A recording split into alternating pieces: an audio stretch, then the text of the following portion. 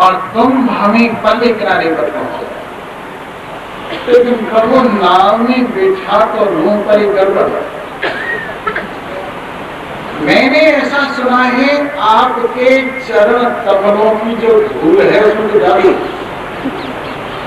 और एक अहिल्या जो पत्थर बनी हुई पड़ी थी वो आपके चरणों की धूल से पुनः स्त्री बन गई। क्या पता मेरी नाव भी किसी मुनि की पत्नी हो। और काष्ठ तो आप जानते ही कोमल होता है पत्थर से। अगर मेरी नाव भी आपके चरण कमलों की धूली को छूकर स्त्री बन गई और दौड़ गई, स्वर्ग को चली गई, तो प्रभु मेरा काम कैसे चलेगा? मैं तो कुछ काम धंधा और जानता नहीं, मेरा तो सब कुछ यही है। तो फिर भाई क्या किया जाए?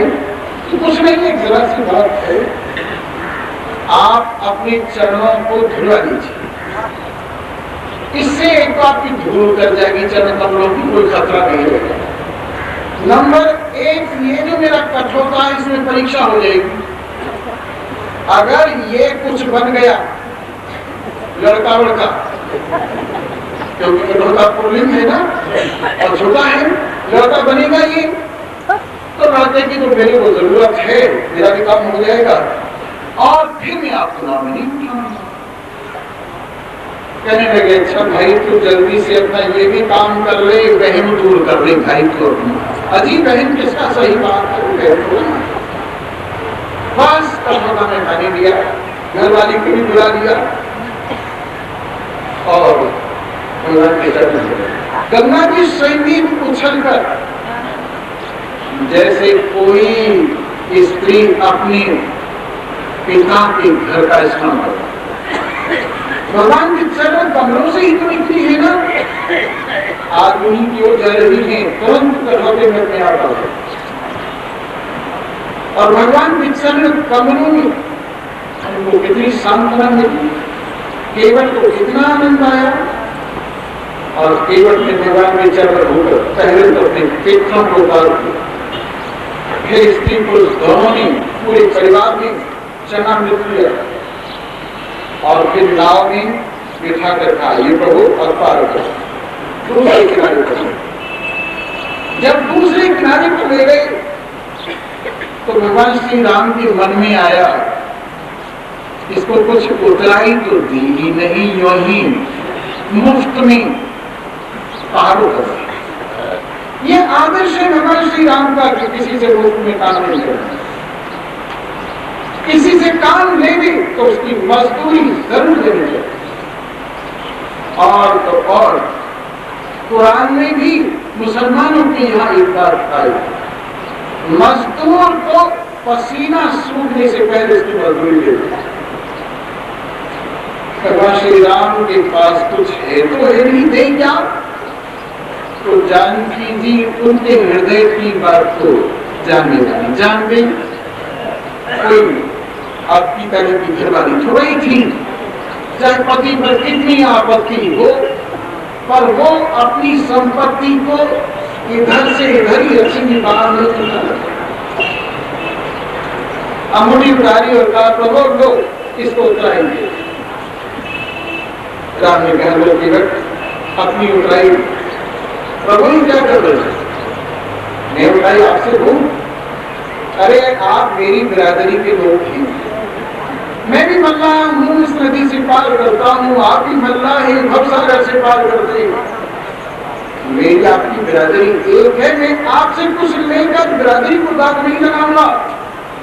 ऐसा अपराध मुझसे मत कराइए प्रभु, ऐसा कीजिए अब कि मैंने पार उतार दिया है और जब आपका नंबर आए तो आप पार उतार देना, बस इतना ही काफी है, इतनी ही आपकी सेवा बहुत है। भगवान श्री राम वो अंगूठी भगवान की उंगली में रह गई जो आगे काम लगा, नहीं तो अयोध्या से वो कुछ लेकर नहीं चले थे अंगूठी वगैरह, ये मुझे का नहीं। खैर भगवान श्री राम निशाचर को साथ लिए भी चित्रकूट में प्रयाग में होते होते चित्रकूट में आए।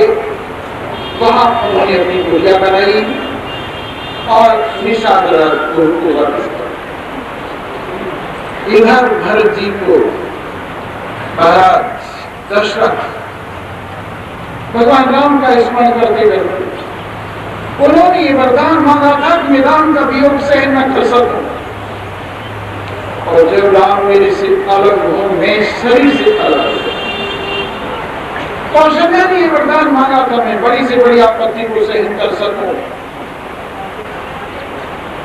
ये दोनों के वरदान सफल हुई। महाराज दशरथ भगवान श्री राम का स्मरण करते करते इसको से पलायन कर। कौशल्या ने इस दुख को पत्थर के सीने पर रख सहन किया, वैधव्य को सहन किया, पुत्र वियोग को सहन किया और अपनी आप को संभाले नहीं पूरी अयोध्या को। इसके बाद भरत और शत्रुओं को के देश में बुलाया गया। जब उन्होंने प्रवेश किया ऐसा लग रहा था जैसे अयोध्या शमशान भूमि है। निकल के जा रही थी, कोई उनसे ढंग से बात नहीं करता है, राम राम करके सोचते ही मेरे से क्या बात हुआ है, लोग मुझसे बात क्यों नहीं करते ही। उनको कैकेयी की महल में ले जाया मंशा कैकेयी स्वागत किया, आओ बेटा आओ राजा धीराज। पूरों की रक्षा की, आरतियां उतारी, पूछा मां आज मेरा स्वागत इस ढंग से पहले तो आपने कभी नहीं किया था, आज मेरा स्वागत इस ढंग से कैसे हो रहा है। बेटा तुम अयोध्या के अधिपति में हो गए हो, राजा बन गए। हाँ मैं अयोध्या का राजा कैसे बन गया हूँ?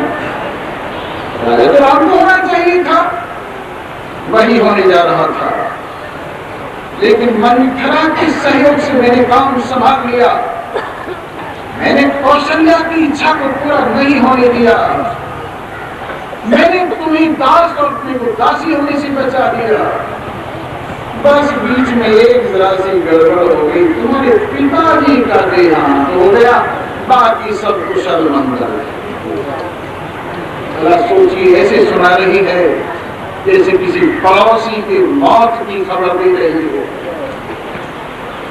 पिता की मृत्यु की बात सुनकर उनके हृदय पर पत्थर पड़ा और वो बड़े कष्ट से युक्त होकर कहने लगे, विधाता तुमने ये क्या किया? मेरे पिता ने मेरा हाथ राम के हाथ में भी नहीं सौंपा। मैं लक्ष्मण और जानकी जी को प्यार भी नहीं कर सका, जानकी जी का आशीर्वाद भी नहीं ले सका। आपके सामने चलेगी। माँ मुझे बताओ राम कहाँ है? माँ मुझे बताओ माँ जानकी कहाँ है? माँ मुझे बताओ मेरा छोटा भाई लक्ष्मण कहाँ है? उल्टा सा पासा पड़ता देखकर कहा, बेटा उनको मेरे वन में भेज दिया, निश्चिंत हो में भेज दिया।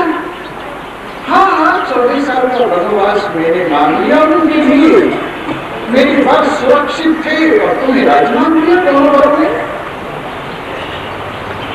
ये सुनकर भरत जी ने कहा, जननी तो जननी भई। अरे माँ विधाता ने तुझे जननी बनाया, राम का विरोधी मुझे तुम्हें जना। महाराज दशरथ का बेटा मैं हूँ, राम का छोटा भाई मैं हूँ, लेकिन माँ मेरी कैसे मुझे मिली है? ये विधाता राम की विरोधी माँ। अरे राम का विरोधी कोई विरोध कोई करेगा? माँ तो कहां से पैदा हुई है? तू माँ कहलाने की अधिकारी रही है। मैं तेरे सामने एक सेकंड खड़ा नहीं रहूंगा। मेरी माँ कौशल्या है, वही मुझे सांत्वना शांति मिलेगी। बेटा रुको रुको रुको, बस रुक लिया, मैं तुम्हारा बेटा नहीं, तुम मेरी मां नहीं। मां कौशल्या के नहीं गई। कौशल्या आंसू से पूरी नेत्रों से जब प्रणाम करते हुए भरत और शत्रुघ्न को देखी तो उन्हें लगा जैसे रात ही वापस आ गए, क्योंकि भरत और राम एक जैसी सूरत थी, लक्ष्मण और शत्रुघ्न एक जैसे थे। उन्होंने समझा राम वापस आ गए हैं, लक्ष्मण वापस आ गए हैं, आओ पिता। नाम ने तो कह दी थी तुम्हारे पिता को अवश्य बुला लेंगे वापिस, आओ मेरी घर से लगो बेटा, मेरी व्यथा दूर हो गई। भरत ने कहा मां में राम नहीं हूं, कोई लक्ष्मण नहीं है, मैं आपका अभागा पुत्र भरत हूं, जिसके कारण ये सब दुख और सब पर आकर चला गया। मेरे साथ में शत्रु नहीं, मां मुझे क्षमा करो। मां मेरा इसमें कोई भी सन्मत, मेरी मति देश मात्र नहीं है। ये मां कहती है अपनी आप ही पता नहीं सब कुछ कैसे कर डाला। अगर मेरा जरा सा भी इसमें मत हो तो सारे अपराध सारे दोष मुझे लगे। मां हृदय से लगा कहा बेटा ऐसा मत करो, भारत और राम दोनों मेरे दो नेत्र हैं, मुझे राम की नहीं और तुम्हारी चिंता हो रही है। तुम निर्दोष हो बेटा, जो तुम्हारा दोष कोई मानेगा उसके सारे तुम क्षय हो जाएंगे। पुत्र में तुम्हारी प्रतीक्षा कर रही थी, तुम्हारे पिता का ईश्वर पड़ा हुआ है, इनका अंतिम संस्कार करो। तुम्हारी पिता की इच्छा के अनुसार तुम राजा बनो। हम सब डूब रहे हैं दुखों के सागर में। इस जहाज को जो योग का जहाज है, अवधि जो किनारा है उस तक ले जाने के लिए कर रहा है। तो 14 साल की बात है, तुम राजा बनो, हम सब तुम्हारे सहारे से पार हो जाएंगे। अरे बात पूरी सरल है, अभी तेरे हृदय में मेरे प्रति ऐसा सब भाव, मैं कड़वी बेल पर फल हूं मां, मुझ में तुम मिठास की कल्पना कैसे कर रही हो। नहीं बेटा कहती, मैं ऐसा कभी नहीं मान सकती, मैं ऐसा कभी नहीं मान सकती। संस्कार किया गया और इसके बाद राज्य की बात आई। मुनि वशिष्ठ उनको राज तिलक करने को आज्ञा देने लगे तो उन्होंने हाथ जोड़ दिखा करो। एक बार अब राम को आज्ञा दे चुकी है, मुझे आज्ञा दे रही है, नहीं मैं राम का अधिकार नहीं छीन सकता, राज्य राम का। हमारा कर्तव्य है कि राम का राज्य राम को दे दें। हम चलेंगे राम के पास से मिलकर उसे लेकर उसे प्रार्थना करेंगे, उसे अर्चना करेंगे और उसे कहेंगे कि वो वापिस आए। उनके लिए मैं उनके व्रत का पालन करूंगा, 14 साल में व्रत करूंगा, पिता की आज्ञा का पालन भी हो जाएगा, राम राजा भी हो जाएंगे। सबने कहा बहुत अच्छी बात है, बहुत अच्छी बात है, कल वही चल दो। और भरत दूसरे दिन कुल वशिष्ठ अरुंधति को पालकी में बिठाकर, माताओं को रथ में बिठाकर सारी सेना और जनता को साथ में बैठा। निशाग्रह ने सुना भरत आ रही थी सेना को लेकर, उन्हें लगा निष्कर्ष करने के लिए, जंगल में के लिए, राम को निपटाने के लिए भरत आ रहे थे और कोई बात नहीं है, अन्यथा तो सेना की क्या आवश्यकता थी। लेकिन यहाँ से कोई आगे चला जाएगा तब ना, मैं राम का सेवक यहाँ बैठा हुआ हूँ, कौन मेरा उल्लंघन करके जा सकता है। और इस प्रकार से युद्ध की तैयारी करने लगे। लेकिन एक बुजुर्ग ने समझाया, अरे भाई तुम बेकार लड़ने के लिए तैयार हुए, पहले ये तो देख लो तुमका मत क्या है, लड़ने के लिए आए हैं क्या राम को समाप्त करने के लिए जा रहे थे वो? अरे पहले पता तो करो, वैसे ही जोश में आ गई। तो बंद सारे कर दिए सुरक्षा की, आगे उनको न बढ़ने देने की, लेकिन फिर भी शांति का सुलह का भाव लेकर निषादराज स्वयं गए भरत के पास, और भरत ने निषादराज को आते देखकर राम के मित्र समझकर उनको हृदय से लगा, आओ आओ मोरे मन प्रभु अस विश्वासा, राम ते अधिक राम कर दासा। राम के मित्र हो, तुम्हें राम विराजमान राम दिख रहा है, तुम राम को जानते हो, मुझे राम तक पहुंचा हो। निषादराज ने भरत का प्रेम देखना तो चलकर कहने लगा, मैं आपके साथ चलूंगा, मुझे मालूम है राम कहाँ है, मैं तुम्हें नहीं चलूंगा। रात भर वहां रखकर सेवा की, प्रातःकाल में गंगा पार होकर प्रयागराज होते हुए आगे बढ़े, पर प्रयागराज में महर्षि भरद्वाज ने उनकी सेवा की, उनकी परीक्षा ली।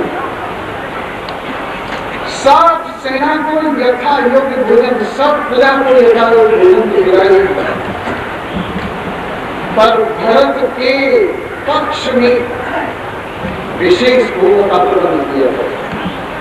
रिद्धि सिद्धि को प्रेरित करके दुनिया भर का सब सामान सौंदर्य भरत के कक्ष में उपस्थित कर दिया गया।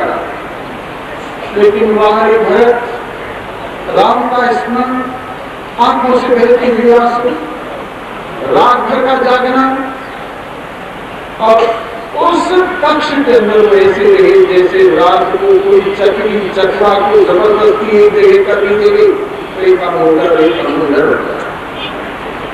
वैसे उन्होंने सारी रात निकाली, की तरफ को मन को भी नहीं जाने दिया। भरद्वाज ने कहा, भरत तुम्हारी महिमा पर है, हमारे तप से, हमारे पुण्यों से तो राम के दर्शन हुए, और राम के दर्शन के तप की बल से आपके दर्शन हुए। तुम्हारे जैसा प्रेम संसार में कहाँ देखने को मिलेगा। हम तुम्हें आशीर्वाद देते हैं, राम से मिलन तुम्हारा अवश्य नहीं होगा, जाओ तुम्हारा गमन कल्याणकारी हो। वहां से विदा लेकर चित्रकूट की पूरी यात्रा प्रारंभ हो गई। रास्ते में लोग देखते हैं कि अरे थोड़े दिन पहले जो राजकुमार जो गए थे फिर से जा रहे हैं, लेकिन अब तो उनके साथ सेना है, अब तो उनके साथ इतनी प्रजा है, अब तो उनके साथ इतनी वाहन है। लगता है ये कोई और ही शक्ल भले मिलती है, पर किसी ने सुनाया कि ये तो राम के भाई शत्रु है, उसे मिलने के लिए जा रहे थे। बड़े खुश जंगल के चीर हिरण इत्यादि जो वे चंचल में देख कर अचल हो गए, नदियां और पेड़ जो अचल ही वो चंचल हो उठे, बार बार जैसे रास्ते में आकर भरत के दर्शन कर रहे। इसलिए कहा जो न हो तो जग भावो भरत को, अचर सचर चर अचर करत को। अगर भरत जी का प्रेम पृथ्वी पर न उतरा होता तो चलने वालों को अचर कौन कर देगा, और अचरों में चंचलता कौन भर देगा। भगवान श्री राम के पास जब ये गई, पहले निषादराज ये गए भरत और शत्रुघ्न। यद्यपि लक्ष्मण के मन में कुछ लेकिन राम के समझाने पर राम ने एक बात कही, भरत होई न राज मग बिन हरिहर पद पाए, कबहु भी काजी सीकरम क्षीर सिंधु बिन साई। भैया लक्ष्मण, वैसे तो राजमर्ग बड़ा विचित्र होता है, लेकिन भरत को राजमर्ग नहीं हो सकता।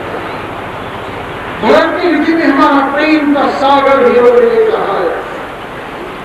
जैसे क्षीर सागर में कांजी की 2-4 बूंद डाल दो तो उससे फटता है। अरे ये तो साधारण राज है, ब्रह्मा विष्णु महेश का पद भी भरत को मिले तो में राजमर्ग नहीं हो सकता। भरत का प्रेम असली। लक्ष्मण थोड़े से लज्जित हुए और बैठे। इतने में भरत और शत्रुघ्न आए। थोड़ा पीछे से डर की वजह से दंडवत किया, कुछ लज्जा की वजह से। लक्ष्मण जी ने कहा, प्रभु भरत, शत्रुघ्न आपको प्रणाम कर रहे हैं। राम थोड़ी सी मुड़ी, अरे भैया, हृदय से लगा। और जैसे दोनों गंगा यमुना मिल रही, जैसे दोनों ज्ञान और भक्ति मिल रहे हैं, इस प्रकार से मिलन हुआ। और मिलजुल कर पिताजी के मरण का समाचार भी राम ने सुना। सीता जी का जो स्वप्न था कि उन्होंने माताओं को देश में देखा था, महाराज दशरथ को दक्षिण की ओर जाते हुए देखा था, भरत और शत्रुघ्न को रोते हुए इधर आते हुए देखा था स्वप्न में, तो सब सत्य हो गया है। राम को बड़ी पीड़ा को और पिताजी के लिए जो संस्कार करनी चाहिए कि वो किए। इधर भरत शत्रुघ्न निषाद को सब को ले आए, ला करके अपूर्व समागम हुआ चित्रकूट में। राज्य के लिए भरत भगवान श्री राम को प्रेरणा दे रहे हैं, प्रेरित कर रहे हैं, राम आज्ञा दे रहे हैं भरत को। आखिर निर्णय न वशिष्ठ कर सके, जनक भी आ गए थे, वो भी निर्णय न कर सके, कोई माता भी निर्णय न कर सकी, तो भरत के ऊपर ही सौंपा गया निर्णय करना। भरत स्वयं निर्णय। अरे भरत, निर्णय देने का भाव भरत पर सौंप दिया। कोई साधारण सेवक होता तो अपनी इच्छा स्वामी पर उड़ा देता, लेकिन सच्चा सेवक वही है जो स्वामी की आज्ञा को मानता है। भगवान श्री राम की आज्ञा सिर पर रखकर उन्होंने कहा कि प्रभु जैसी आपकी इच्छा है आप अपनी चरण मुझे दे दीजिए, मैं सिंहासन पर इनको रखूंगा और इनको सिर झुकाकर आपका प्रतिनिधि होकर आपके राज्य को उतने दिनों तक रखा ही करूंगा जब तक वापिस नहीं। और इस तरह से चरण लेकर वापिस हो। इधर भगवान श्री राम अपनी यात्रा में और आगे बढ़े। पंचवटी इत्यादि के स्थानों पर जाते जाते ऋषि महर्षियों से बीच में समागम भी हुआ। महर्षि अत्रि से जैसे समागम यहाँ हुआ, वाल्मीकि जी से समागम हुआ और उस समागम में बड़े सुंदर सुंदर उपदेश उनको प्राप्त। सीता जी को अनुसूया ने उपदेश दिए, सुंदर सुंदर वस्त्र दिए जो कभी मालूम न होने, और इस प्रकार से आगे यात्रा पंचवटी पर पहुंची। वो जैसे मोर्चा था, रावण का राज्य वहां पर था, खरदूषण उन्हीं के गवर्नर वहां राज्य करते थे। महर्षि महर्षि वाल्मीकि ने प्रेरणा इसीलिए वहां की कुटिया बनाने की, जिसे भगवान श्री राम ऋषि महर्षियों की रक्षा कर सके, जिनका खून निकालकर घरों में भर दिया गया था, जिनके मांस को राक्षस लोग खा गए थे, हड्डियों के ढेर लगे पड़े थे, उन ऋषियों की रक्षा के लिए भगवान श्री राम को वाल्मीकि ने आगे पंचवटी में भेज दिया। और राम ने भी वो दृश्य देखे, बचे कुछ ऋषियों ने सारी अपनी व्यथा सुनाई और राम ने कहा, मैं दशरथ पुत्र प्रतिज्ञा करता हूं, इस पृथ्वी को राक्षसों से विहीन कर दूंगा, धर्म की मर्यादाएं उन्हें संस्थापित होंगी, ऋषि महर्षियों के लिए क्षेत्र फिर से सुरक्षित होगा, फिर से यज्ञ होंगे, फिर से तपस्याएं होंगी और एक पूरे का पूरा देश निर्विघ्न पूरी बनाकर रहने लगे।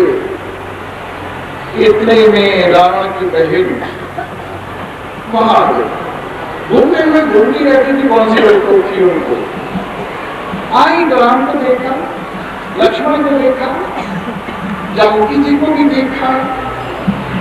राम ने बहुत अच्छा लगा, राम से जाकर कहा, प्रभु तुम सम पुरुष रहो समना, आप जैसा पुरुष कोई दुनिया में नहीं, मेरी जैसी स्त्री कोई दुनिया में नहीं है, और बात सच्ची है, राम जैसा पुरुष कोई नहीं है। और शूर्पणखा की माया, अविद्या, अज्ञान, इसका साक्षात रूप है, उसके जैसी स्त्री को नहीं दुनिया में। राम जैसा मर्यादा का रक्षण करने वाला कौन है, और शूर्पणखा जैसी मर्यादाओं को भंग करने वाला कौन है।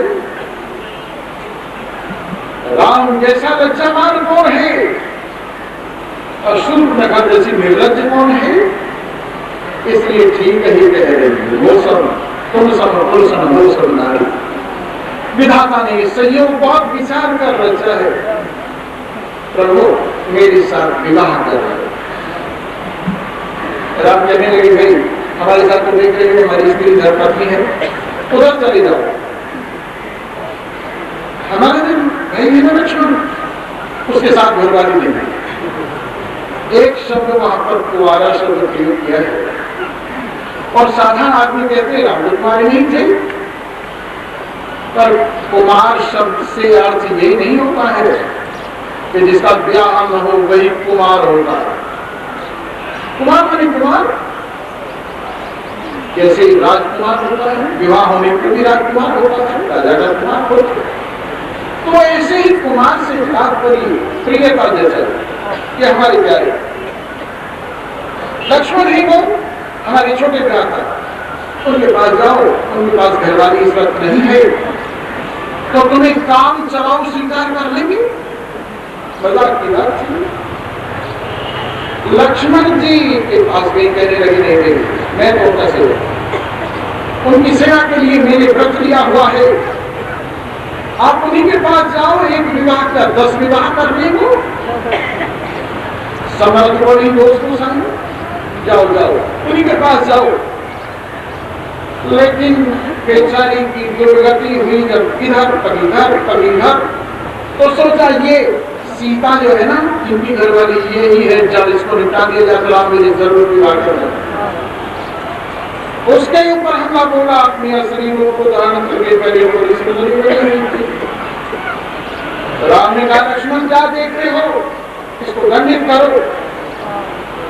लक्ष्मण ने इसके कान और नाक दोनों काट दिए और कहा, न तेरे लिए परलोक है, न तेरे लिए ये लोग थे, तुझे धर्म का कुछ पता नहीं, गंध तक भी नहीं तेरे को धर्म की।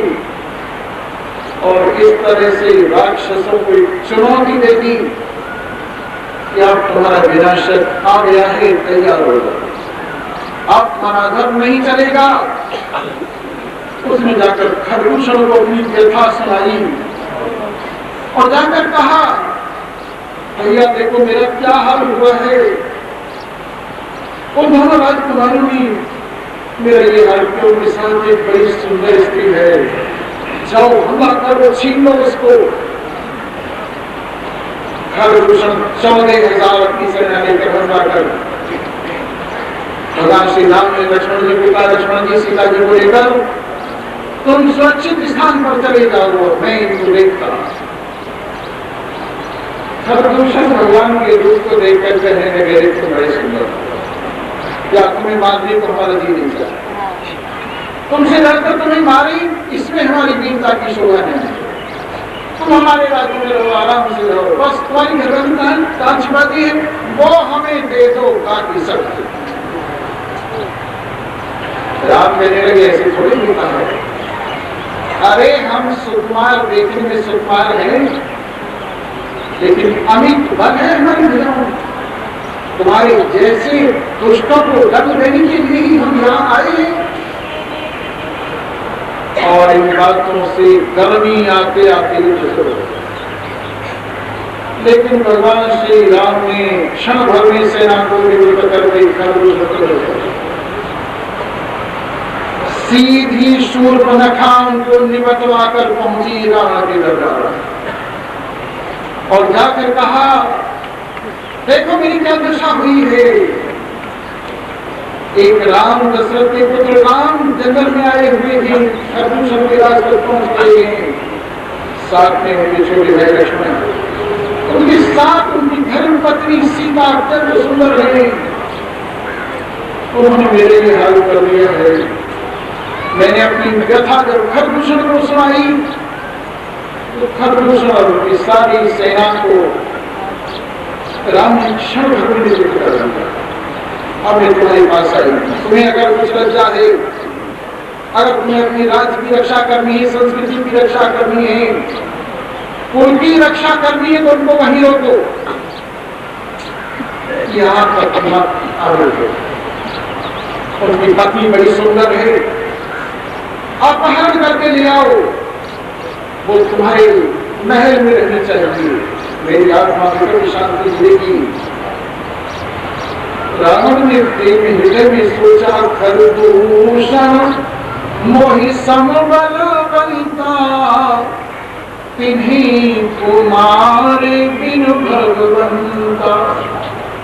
अरे खरदूषण, मेरे स्वान बलवानों को मार दिया गया, लगता है भगवान प्रकट को,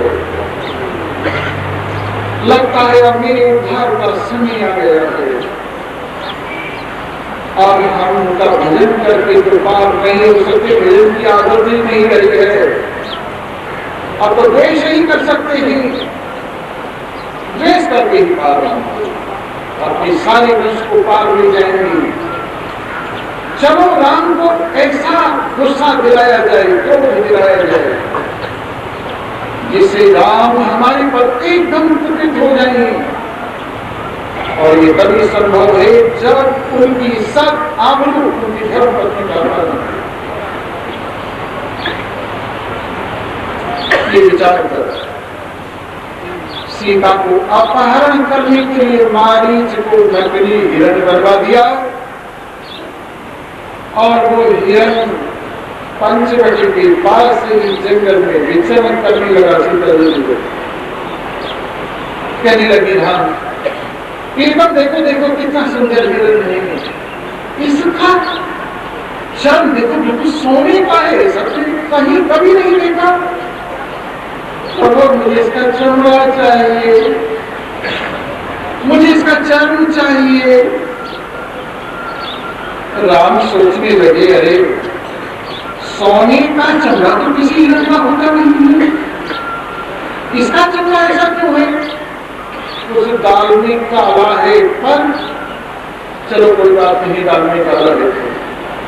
इसके साथ ये भी अटल है,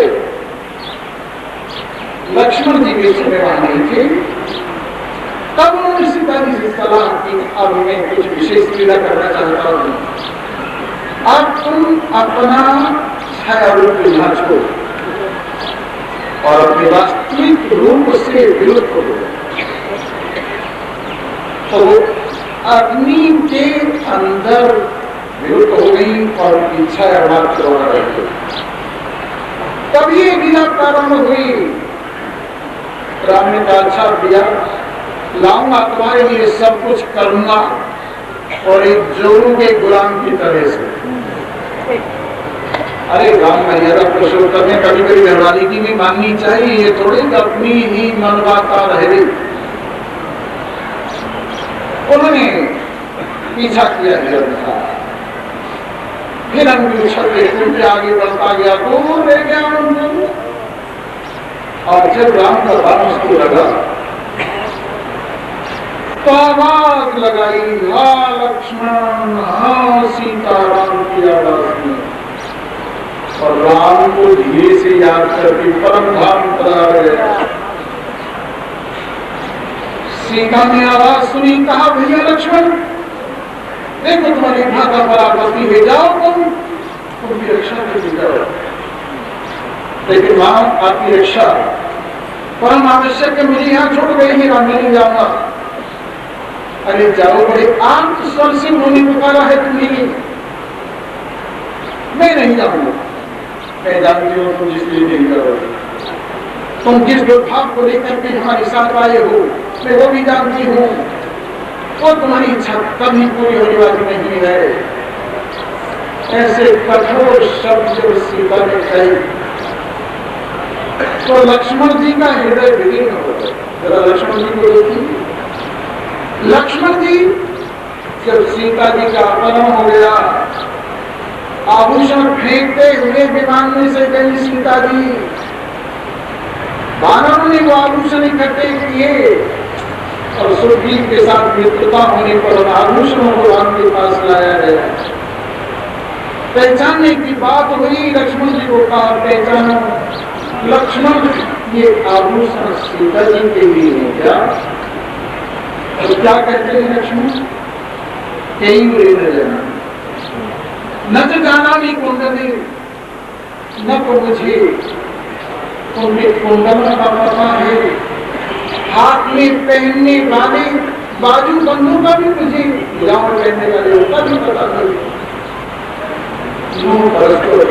केवल ऊपर को मैं पहचान सकता हूँ, मैं केवल उनके चरणों का बंधन करता था, उनके चरणों के आभूषण नूपुर को मैं पहचान सकता हूँ, अन्यथा मैंने कभी उनके मुख को हाथों को निगाह भरकर नहीं देखा, मैं वो कैसे पहचान? ऐसे लक्ष्मण, ऐसे पवित्र लक्ष्मण, सीता जी के मुख से ऐसे वचन उनके लिए निकले, लक्ष्मण जी को बड़ा कष्ट हुआ। और वो सीता जी के आज्ञा अनुसार इधर से आवाज आ रही थी, उधर ही चले, और इधर पीछे रावण साधु के बीच में आकर नारायण हरि, जबकि एक रेखा भी बना गई थी लक्ष्मण, और कई रेखे से बाहर आप मत निकलना, अन्यथा आपके लिए ठीक नहीं होगा। रावण ने नारायण हरि की भिक्षा लेकर आई और कहा साधु बाबा लो भिक्षा। ये क्या रेखा से बनी हुई है, मैं इसके अंदर नहीं आऊंगा, बधी हुई भिक्षा मैं नहीं लूंगा, तुम ही बाहर निकलो और मुझे भिक्षा करो। जब बाहर सीता जी निकली तो अपने असली वेश में आ गया, हाथ पकड़कर जबरदस्ती उठा लिया, विमान में रखा, लेके चल। बड़ा आर्त स्वर करती हुई सीता जी कर रही है, रोती हुई असमर्थ। जटायु ने ये आवाज सुनी, ये मेरी पुत्र बधू जैसी सीता, कौन इनको ले जा रहा है? देखकर तो रावण है। अरे रावण, मेरे जीते जी ऐसा रथ नहीं हो सकता। बड़ा घमासान युद्ध किया, आखिर तो रावण ने तलवार से उनके पंख काट दिए और जटायु नीचे गिर पड़े, वो सीता जी भागे। इधर राम और लक्ष्मण जब वापिस आई तो देखा सीता जी नहीं है। राम कहने लगे कि पहले ही मालूम था तुमने जगह को छोड़कर बड़ी गलती की। अरे कहाँ ही सीता कहीं जल भरने को नहीं गई, शायद गोदावरी गई हो, आवाज लगाई, लेकिन कहीं से सीता की आवाज नहीं आई। राम के हृदय को बड़ा दुख हुआ, उनके हृदय में गहरी वेदना जाग उठी। पेड़ों से पूछने लगे, पक्षियों से पूछने लगे, हाथियों से पूछने लगे। इतने में उन्हें आर्त समय राम राम की ध्वनि सुनाई दी, मतलब भूल गए। उसी आवाज के सहारे पहुंची तो जटायु पड़ा हुआ है कब्र से। बाबा जटायु, तुम्हारा ये हाल किसने किया है? पर वो रावण जानकी जी को उठाकर ले गया है, उनके बचाने के लिए मेरा ये हाल है। प्रभु भाई पुत्र की बात में अपनी बेटी की रक्षा नहीं कर सका, आपकी सेवा नहीं। जटायु को अपनी गोद में उठा लिया और कहा, भैया लक्ष्मण कोई रोई वगैरह देना इनके, मैं घावों में मिट्टी जो लगी हुई है वो पोंछ दूं, लेकिन वहां कहाँ रखा था रोई? अच्छा कोई बात नहीं, अपने केसों से भी धूल झाड़ी उनके घरों की, आंसुओं से जो नमकीन और खाए उनकी मिट्टी धोई और कहा, जटायु तुमने बड़ा घर किया है, बोलो क्या चाहते हो, तुम्हारे शरीर को फिर से जीवित कर दूं?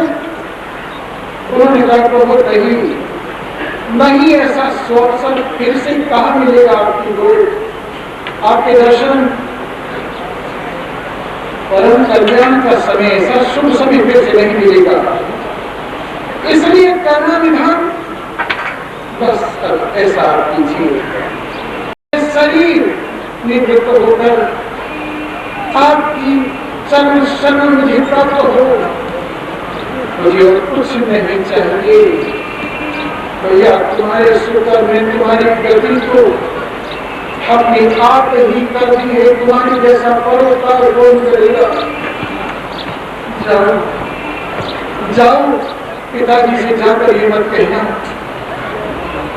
कि उनकी पुत्र वधु का अपहरण हो गया है, पर उनको आदत होगा।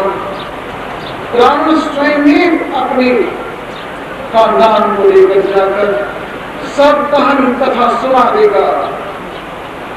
जाओ जटायु, हम तुम्हारी परोपकारिता को प्रणाम करते हैं और जटायु भगवान का ध्यान करते हुए परम धाम को प्राप्त करते।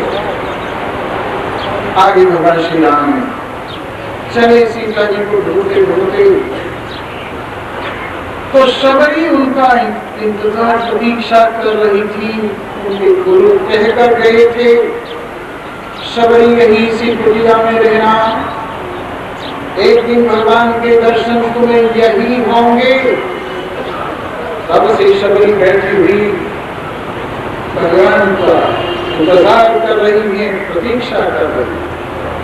रोज उठती हैं, दूर तक पथ साफ करती है, अच्छे अच्छे फल लाकर रखती हैं, लेकिन वो दिन यूं ही चला जाता है। रात ढल जाती, फिर दूसरे तीसरे चौथे पांचवें दिन यही प्रक्रिया होती है, पर राम नहीं आते। एक दिन उन्हें समाचार मिला, बच्चों में दूर से राम और लक्ष्मण को आते हुए देखकर कहा, शबरी तुम्हारे राम दिन का तुम इंतजार कर रही हो, किसी ऋषि महर्षि के आश्रम पर नहीं पधारे। बीच में एक और मजाक की बात भी आती है। सुना भगवान श्री राम आ रहे हैं, तो कई जंगल में ऐसे साधु बाबा भी थे जो जबरदस्ती हो गए थे और सोच रहे थे अगर विवाह वगैरह हमारा हो जाए, घर वाली अगर हमें मिल जाए तो जंगल में ही रख लेंगे, कोई बात नहीं। पर ये कैसे संभव है? अरे राम आ रहे हैं, उनके चरण कमलों की धूल से अहिल्या पत्थर हुई, बड़ी दीपे से स्त्री हो गई, सिलाई बिछा दो, आने दो राम को, उनके चरण कमलों की धूल पड़ेगी, ये सब स्त्री हो जाएंगी, हमारे घर बस जाएंगे। लेकिन राम तो रोते हुए आ रही थी, दुखी होते हुए आ रही थी। उन्होंने देखा कि घरवाली होने से इतनी तकलीफ होती है, राम को भी रोना पड़ता है। नहीं नहीं, हमको नहीं चाहिए, जल्दी जल्दी पत्थर उठाने लगे, कहीं कोई और ना हो जाए। और इस तरह से रास्ता साफ हो गया। इस प्रकार से राम आ रहे थे। शबरी क्या है, शबरी के आश्रम में राम आ रहे हैं, शबरी तैयारी किए रहे हैं। आओ राम, ये सब राम ही आ रहे हैं, ये सब राम ही पधार रहे हैं शबरी की कुटिया में। और शबरी फलाहार कराने के लिए तैयार बैठी है। आज एकादशी का दिन है और फलाहार कराया जाएगा राम को। ये सभी राम, श्रवण करने वाले राम पधारे हैं इस रूप में। नमस्कार है, सभी रामों में एक राम जो विराजमान है। शबरी बड़ी प्रसन्न हो, आसन बिछा दिए, आओ बैठो। राम भी बैठ गए, लक्ष्मण भी थोड़े पीछे विराजमान हुए। तो उनके दर्शन करके शबरी कहने लगी, बाबा आप खूब आए, मेरे पुण्य जागृत हो गए, ऋषि महर्षियों की कुटियाओं को छोड़कर मेरे घर आए। अरे वाह वाह, मेरा सौभाग्य जागृत हो गया, पधारो। बिठा दिया राम को और कहा, अधम से अधम अधम अति नारी, तिनमी मति मंद जनारी। प्रभु कोई भी अत्यंत अधम, उन अधमों के समुदाय में भी कोई अत्यंत एक अधम हो, ऐसी में निकृष्ट आप मेरे यहाँ पधारे ही प्रभु, आपने बड़ी कृपा की है प्रभु। भगवान श्री राम कहते हैं, कहे भार कहे रघुवर, क्या कह रहे हैं? भामिनी बाता मानो एक भक्ति करना। हे भामिनी, अत्यधिक सुंदर, क्या सौंदर्य है शबरी में, इधर का सौंदर्य, प्रेम का सौंदर्य। और सचमुच सौंदर्य यही है। हे भामिनी, मेरी बात सुन, मैं सबसे अधिक भक्ति के प्रेम के नाते को मानता हूँ। कोई कितना ही बड़ा हो, उसका वर्णाश्रम कितना ही बड़ा हो, धन दौलत कितना ही हो, पद कितना ही हो, अगर मेरा प्रेम मेरी भक्ति नहीं है तो वो गर्जने तरसने वाला काला बादल किस काम का, जिसे भूल भी न गिरी। इसलिए तुम्हें मेरी भक्ति, तुम्हें मेरा प्यार है। धन्य है, धन्य है शबरी, धन्य है। मैं तुम्हारे लिए एक चीज लाया हूं, वो चीज मैं तुम्हें प्रदान करूंगा, लेकिन अब नहीं, शाम को प्रदान कीजिए। अभी प्रदान कर दी राम जी ने वो पुड़िया, तो अभी तो शबरी को कंदमूल फल भोग लगाने है ना। इसलिए राम कहते हैं, जो पुड़िया में लाया हूं नवदा भक्ति की, उसे मैं तुम्हें सुनाऊंगा, जिससे तुम्हारा जीवन सफल हो जाएगा। सफल तो पहले ही हमारा सफल हो जाएगा इस माध्यम से। और इस प्रकार भगवान श्री राम के खातिर हृदय खोलकर शबरी ने की, कंदमूल पर चक चक कर लगे हुए थे, उनको उनके सामने उपस्थित किया। भगवान श्री राम प्रेम से खा रहे हैं, लक्ष्मण कह रहे हैं, करते करते हुए इस नीली की कौन खाए, पीछे फिर बाद में उनको खानी पड़ी टूटने के टूटने को। इसलिए मैं ऐसा मत सोचना भाई पीछे फेंकने लगे कई लक्ष्मण होगी आपके साथ, नहीं तो फिर खानी पड़ेगी। इस प्रकार से महान पुरुषों की सेवा जैसे भगवान श्री राम की हुई वैसे नहीं चाहिए। आज एकादशी के दिवस व्रत रखे हुए ही बहुत सी महान पुरुषों के भक्तों ने आप लोगों ने भी उनको फलाहार देना ही चाहिए। आज हम अपनी कथा थोड़ी देर पहले ही इसलिए समाप्त किए देते हैं। शाम को नर्मदा भक्ति इत्यादि और आगे का प्रसंग सुनाया जाएगा और आप लोग पांच पुरुषों की सेवा करेंगे और कुछ आशीर्वाद लेंगे और हम पांच पुरुषों को प्रणाम करके ये प्रसंग यही शबरी के कुटिया में ही राम को बिठाकर पूरा करते हैं और शाम को 3-3:30 बजे से कथा 3:15 बजे से शुरू करेंगे और 6-6:15 बजे तक ये कथा चलेगी।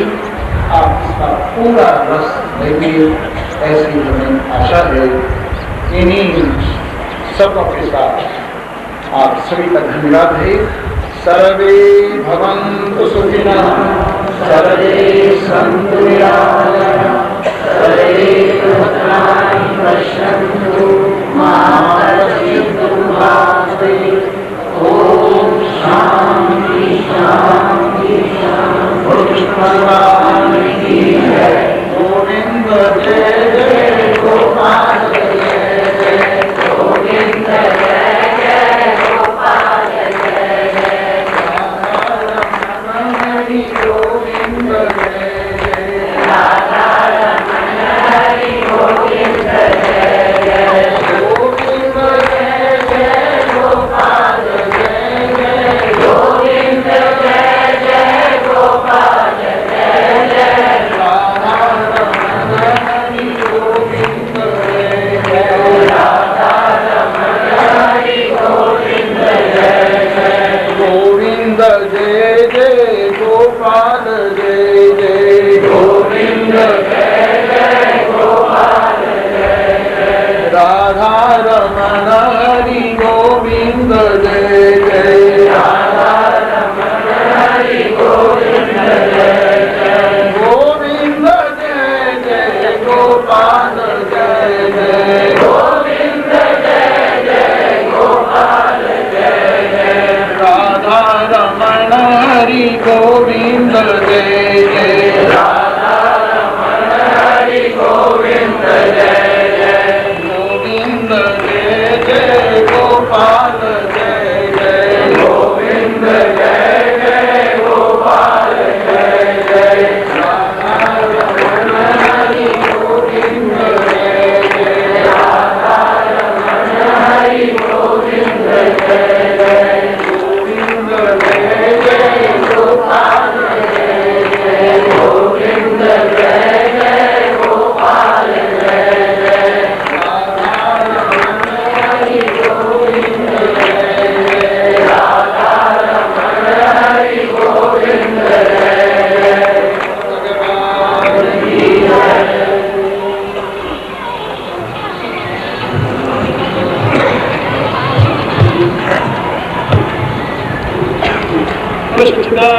भगवान की जय। गोविंद जय जय गोपाल जय जय गोपाल जय जय राधा रमण हरि गोविंद जय जय राधा रमण हरि गोविंद जय जय गोविंद जय जय गोपाल जय जय गोविंद जय जय गोपाल जय जय राधा रमण हरि गोविंद जय जय राधा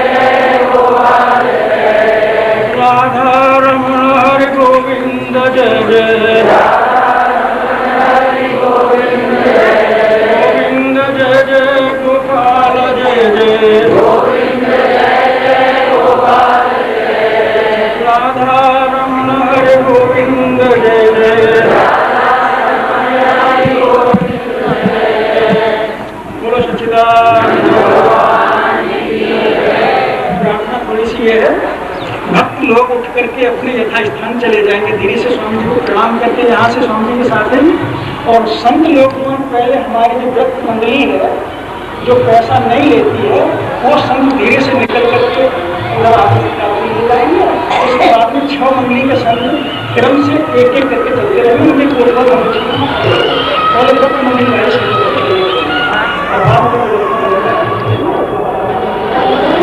हमारी सहायता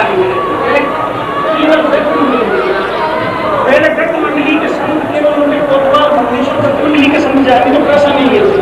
बाद बाकी 6 मंडली की जो पैसा लेने वाले हैं उनके पीछे क्रम से लगे हुए चले जाएंगे। अब मैं देता हूँ भक्त लोग अपने यथास्थान चले जाएंगे।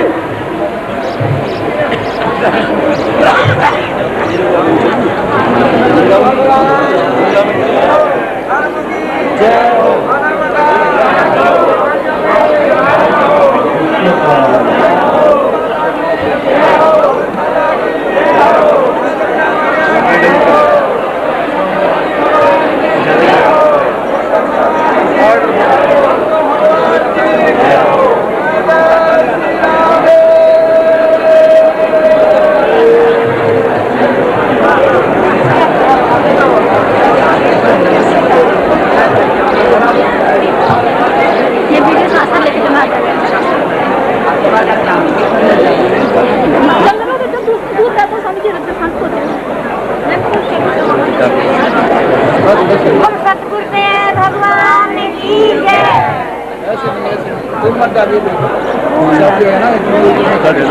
अरे भाई एक तरफ क्या कर रहे हैं? नहीं जो आप करती हैं उनके लिए फलाहार का प्रोग्राम ऊपर आकर्षण भवन में है और वो फलाहार का सेवन करें और सायंकाल को दूध का भी बंदोबस्त है। धन्यवाद। अरे फूल वूल मत डाले भाई, कृपा करें, फूल मत बनाए।